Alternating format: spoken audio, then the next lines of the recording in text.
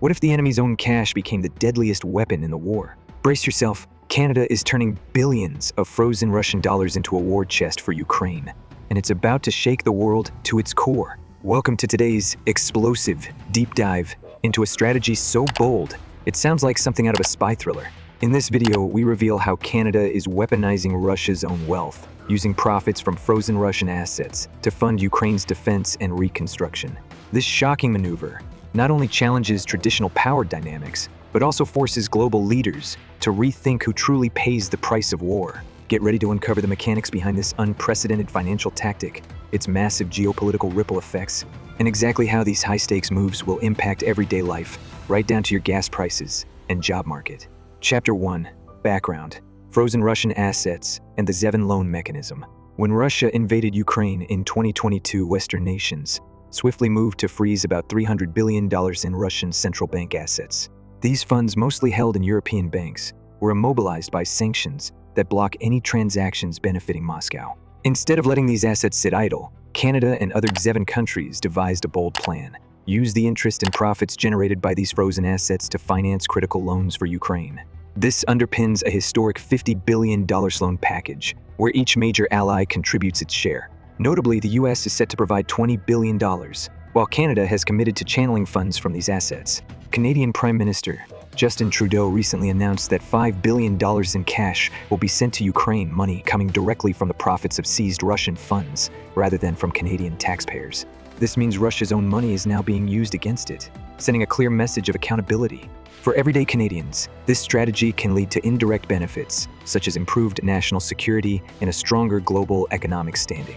With a more secure international environment, Canadian businesses may experience greater stability, and consumers might see steadier energy prices and reduced geopolitical risks affecting local markets. Chapter 2. How the mechanism works, from seizure to support. Let's break down the process. Sanctions froze Russian assets, preventing any reserve management transactions involving Russia's central bank. Over time, these frozen funds generate interest and profits. Canada's government, along with its Zevin partners, negotiated that these profits will be used to finance loans to Ukraine. In other words, instead of drawing funds from the national treasury, Canada is channeling Russia's own ill-gotten gains into supporting Ukraine's military and economic needs. For example, while the overall Zevin package is worth $50 billion, Canada's contribution stands at about $5 billion. This approach minimizes taxpayer burden while sending a powerful message. Aggressors must ultimately finance the consequences of their actions. This financial mechanism may eventually lower the risk of direct tax hikes for Canadian families. By using enemy profits, the government can avoid borrowing large sums that might otherwise lead to cuts in public services or increased taxes. This helps maintain funding for healthcare, education, and infrastructure services that directly affect everyday life. Chapter 3. Military and economic support to Ukraine. Canada's strategy isn't solely about financial loans. It also extends into military and humanitarian aid. Over the past few years, Canada has committed billions to support Ukraine's defense. Recent reports indicate that Canada has provided military assistance packages worth up to $440 million, covering large-caliber ammunition from Czech initiatives, advanced drones produced under the Danish model, winter gear for harsh conditions, and even F-16 flight simulators to enhance pilot training. Additionally, Canada has pledged 25 light armored vehicles and extra combat support vehicles, further strengthening Ukraine's defense. These actions are designed not only to protect Ukrainian territory, but also to reinforce the nation's ability to negotiate from a position of strength. While these military contributions may seem far removed from daily life, their ripple effects are significant.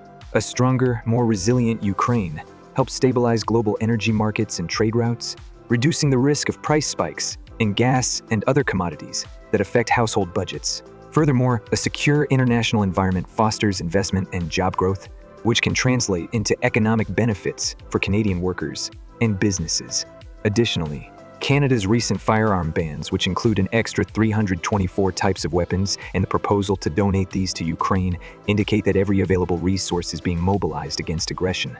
Chapter 4. The shock factor, U.S. reaction, and transatlantic tensions. Why is even the U.S. shocked by Canada's actions? For decades, the United States has been a key supporter of Ukraine.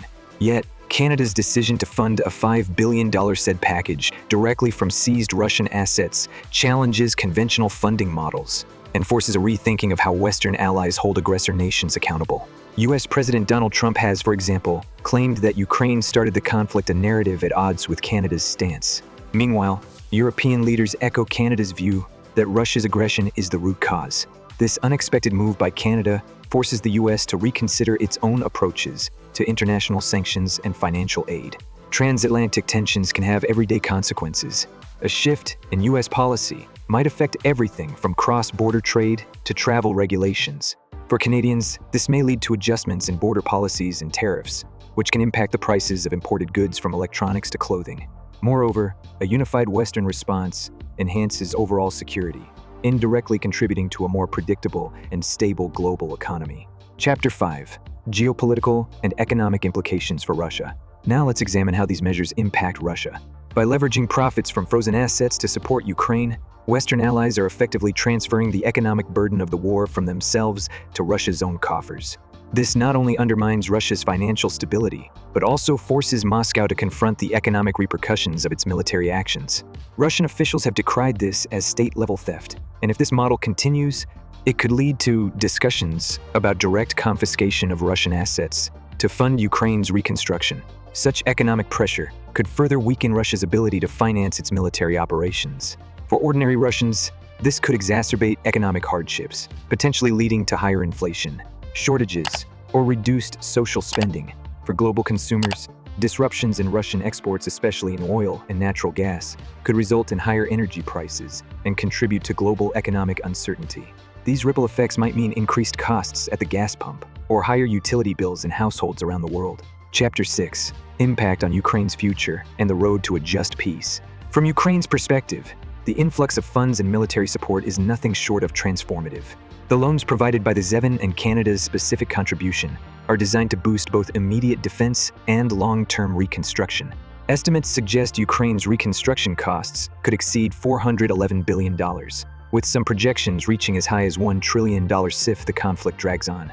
Using profits from Russia's frozen assets to finance these needs not only aids in rebuilding the country, but also ensures that Ukraine can sustain its resistance and eventually negotiate from a position of strength.